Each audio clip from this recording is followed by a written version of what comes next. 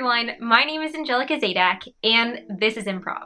Today we're going to get educated on Paul Sills. Paul Sills is awesome because he is considered one of the co-founders of modern improvisation.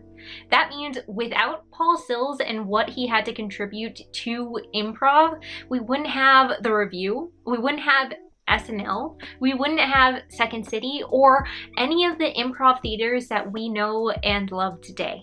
And a lot of the information that I'm getting about Paul Sills is going to be taken from the Second City website and from Sam Watson's Improv Nation, which is a really good read. You guys should totally check it out. To understand fully Paul Sills' story, we have to take a step back and look at Viola Spolin. So we've done a video on Viola Spolin. You should really go back, check it out, like it, subscribe, and have fun.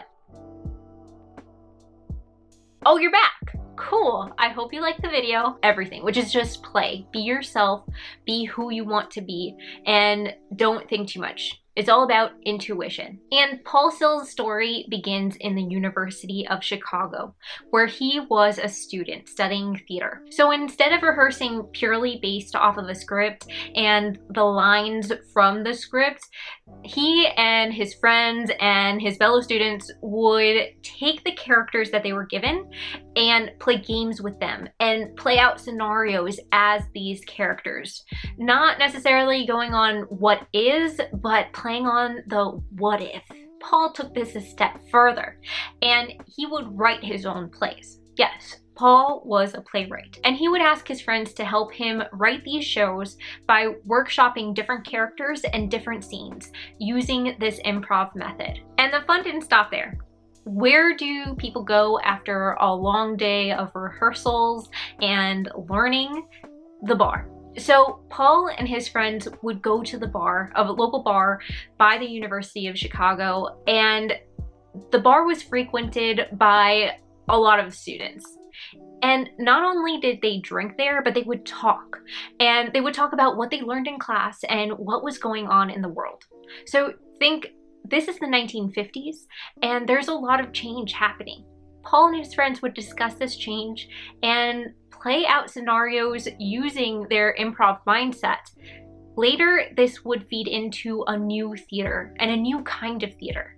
Eventually, this talk evolved into the Compass Players, which was groundbreaking for improv theater as it was the first improv group in the United States. And this group was comprised of Mike Nichols, Elaine May, Alan Alda, and Ann Mira. Every night they would put on a performance that was completely different than the night before.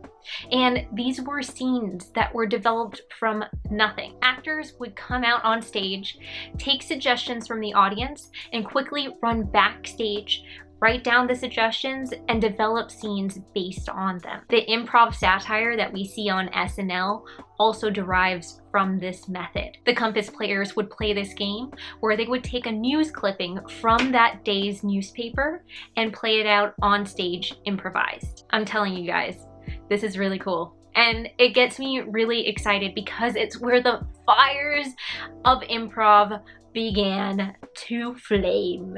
Yeah, I'm a nerd. I'm an improv nerd, and this was cool. Then in 1959, Paul Sills goes on to be one of the co-founders of the Second City in Chicago, starting a whole new world for theater and the beginnings of improvisation as a mainstream form of theater and of media.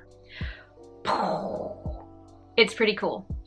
And from the Second City, we get amazing actors like Steve Carell, Amy Poehler, Tina Fey, and so many more. The legacy is huge, and Paul Sills was one of the first directors and one of the people who made it possible. So Paul Sills is pretty cool. And if you guys are interested in Paul Sills and you like this video and want to learn more, I can go further back and deeper into some of the organizations and theaters he helped found. Thank you guys so much for watching. It's been so much fun nerding out with you today. My name is Angelica Zadak. This is Improv. While you're here, make sure to look below at some links and take a look at ways that you can help out people in your community. If you have anything you'd like to add, anything that you need help with, make sure to email us at info@thisisimprov.com and we'll add it to the list.